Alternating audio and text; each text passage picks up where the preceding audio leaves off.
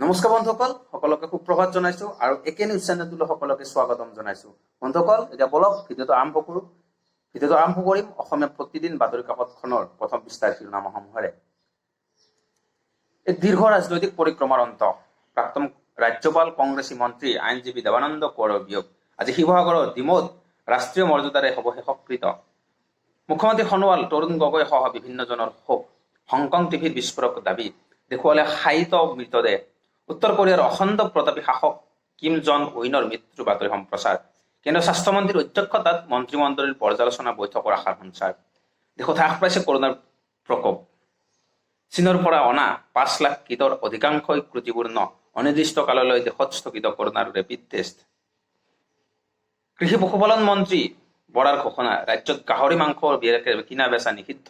অচিন ৰোগত মৃত্যু হোৱা গাহৰি ৬ ফুট দ গাঁত খান্দি পুতিব লাগে, ঠাৱৰ হোৱা নাই ৰোগ। লকডাউনত আবদ্ধ বহুজনলৈ সকাহ।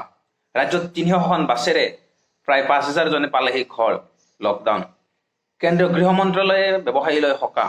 গ্ৰামাঞ্চলৰ বজাৰ এলেকাৰ দোকান খুলিবলৈ দিলে অনুমতি। বিশিষ্ট গল্পকাৰ, গীতিকাৰ কুসুম বৰা পৰলোক প্ৰাপ্তি। সাহিত্য সভাকে ধৰি বিভিন্ন অনুষ্ঠানৰে শোক। পৰ্যালোচনা বৈঠকৰ অন্তত মুখ্যমন্ত্ৰী সোণোৱাল, আৰক্ষীক কঠোৰ পদক্ষেপৰ বাবে ৰাজ্যত সফল হৈছে লকডাউন। গুৱাহাটীত দৈনিক ৫,০০০ লোকৰ খাদ্যৰ যোগান ধৰিছে আৰক্ষীয়ে। কেন্দ্ৰৰ নিৰ্দেশনা সন্দৰ্ভত ডক্টৰ হিমন্ত বিশ্ব শৰ্মাই ক'লে, অসমত এতিয়াও খুলিব নোৱাৰিব ব্যৱসায়িক প্ৰতিষ্ঠান। গুৱাহাটীৰ পৰা বিভিন্ন অঞ্চললৈ চোৰাং চালান। ৰাজ্যত লকডাউনত নিষিদ্ধ গুটকা, পান মছলা, বৃহৎ কলা বজাৰ। মন্দাৰ পৰা দেশৰ উদ্ধাৰ কৰাটো কৰোনাতকৈ বহুত বৃহৎ প্ৰত্যাহ্বান। লকডাউন বৃদ্ধি কৰাটো সমীচীন নহ'ব। লকডাউনত বিনামূলীয়া সেৱাৰে আৰ্তজনৰ জীৱন ৰক্ষাত ব্ৰতী এম্বুলেন্স মণি। কৰোনাৰ মাজতেও উত্তপ্ত বিটিচিৰ ৰাজনীতি। বিটিচিৰ কাৰ্যকালৰ বৃদ্ধিক লৈ ২ মেৰুত বিজেপি আৰু BPF। চন্দন ব্ৰহ্মই ক'লে, BPFৰ কোনো নেতা বিজেপিলৈ নাযায়। ৰাজনীতিৰ দল এৰি আন দললৈ অহা যোৱা চলি থাকে। প্ৰমীলা ৰাণী ব্ৰহ্ম। বিশ্বত কৰোনাৰ আক্ৰান্ত ২৮,৪৮,৭১২ জনলৈ। মৃত্যুৰ সংখ্যা ১,৯৮,০৬৩ জনলৈ বৃদ্ধি। চলিত মাহত আমেৰিকাত প্ৰতিদিনে ২,০০০ লোকৰ মৃত্যু।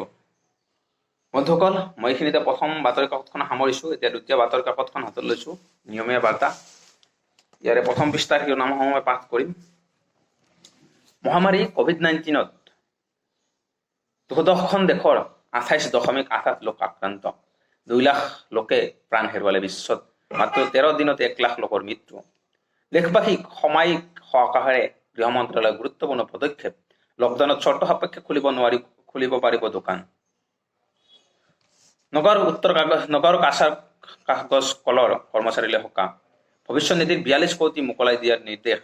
দিল্লীৰ হাইকোৰ্টৰ ৰায়। বিভ্ৰান্তিৰ মাজতে চৰকাৰৰ স্থিতি স্পষ্ট কৰিলে ডক্টৰ হিমন্ত বিশ্ব শৰ্মাই।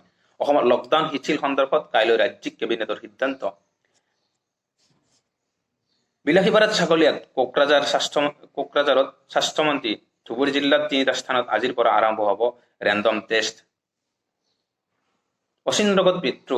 ৰাজ্যত গাহৰিৰ মাংস বিক্ৰী, সৰবৰাহ নিষিদ্ধ। আজি অসম পাবহি কোটাৰ ৩৮৯ গৰাকী শিক্ষাৰ্থী। কৰোনাৰ লক্ষণ দেখিলে শ্ৰীৰামপুৰত কোৱাৰেণ্টাইন। বিশ্ববিদ্যালয় অনুদান আয়োগৰ বিশেষ কমিটিৰ পৰামৰ্শ। জুলাইৰ পৰিৱৰ্তে ছেপ্টেম্বৰত পৰা শিক্ষাবৰ্ষ আৰম্ভ হোৱাৰ প্ৰসংগত। ভাৰতত COVID-19ৰ ২৫,০০০ লোক পজিটিভ। আতংক মহাৰাষ্ট্ৰৰ কৰোনাত আক্ৰান্ত ৯৬ আৰক্ষীৰ, এজনৰ মৃত্যু। ৩২ দিনীয়া গৃহবন্দীত্বৰ অৱসান। ৰাজ্যত আৰম্ভ হ'ব আন্তঃজিলা যাতায়াত। যাত্ৰীক লৈ অসমত চলিল ৩২৩খন বাছ। ৫,০০০ লোকৰ যাত্ৰা। গুৱাহাটীৰ পৰা ১,৭২৪ জনৰ ভ্ৰমণ। ভিয়েটনামত কুৱেণ্ট থান ভেকিন। এজনো লোকৰ মৃত্যু নোহোৱাকৈ ভিয়েটনামে জয় কৰিলে কৰোনাৰ যুদ্ধ। বন্ধুসকল, মই এইখিনিতে ভিডিঅ'টো সামৰিবলৈ ওলাইছোঁ। ভিডিঅ'টো ভাল লাগিলে লাইক কৰিব, কমেণ্ট কৰিব, শ্বেয়াৰ কৰিব আৰু যদি মোৰ চেনেলটো ছাবস্ক্ৰাইব কৰা নাই তেতিয়াহ'লে ছাবস্ক্ৰাইব কৰিবলৈ নাপাহৰিব। ধন্যবাদ।